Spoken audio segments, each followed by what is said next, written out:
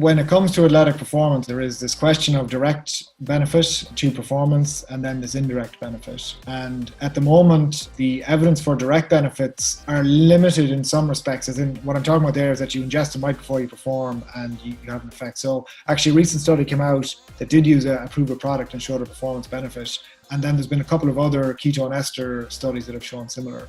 To my mind, where there's also a major benefit, although the studies haven't been done yet, but this is the anecdote from a lot of people involved in professional sport, is that in recovery, there seems to be a major benefit. So what I would generally say is if you're consuming them with recovery meal, that's probably going to be where the benefit is derived.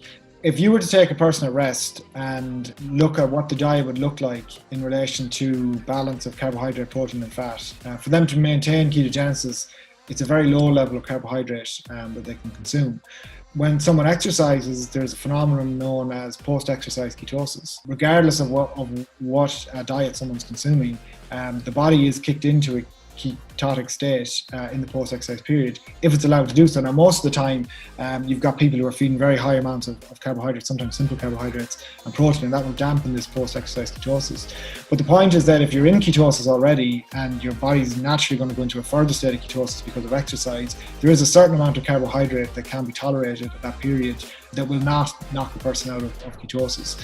So there's examples of, particularly of endurance athletes who are training for a couple of hours a day, they can get away with greater, maybe 50 to 100 gram of carbohydrate per day compared to, say, less than 20 grams which would typically be prescribed on a ketogenic diet. The simple answer to the question is a certain amount of carbohydrate is tolerable within the post-exercise period without kicking you out of ketosis, but it's not a huge amount, probably, like I said, 50, 60 grams at the most. The only caution I would say there is that if it's in the evening time that you've done your workout, you want to probably use a caffeine-free ketone salt rather than a charged ketone salt, just because of the fact you don't want to disrupt your sleep. But what I would say is that, the combination of ketones and caffeine certainly benefits performance if taken before exercise and then using it in the post-exercise period as well.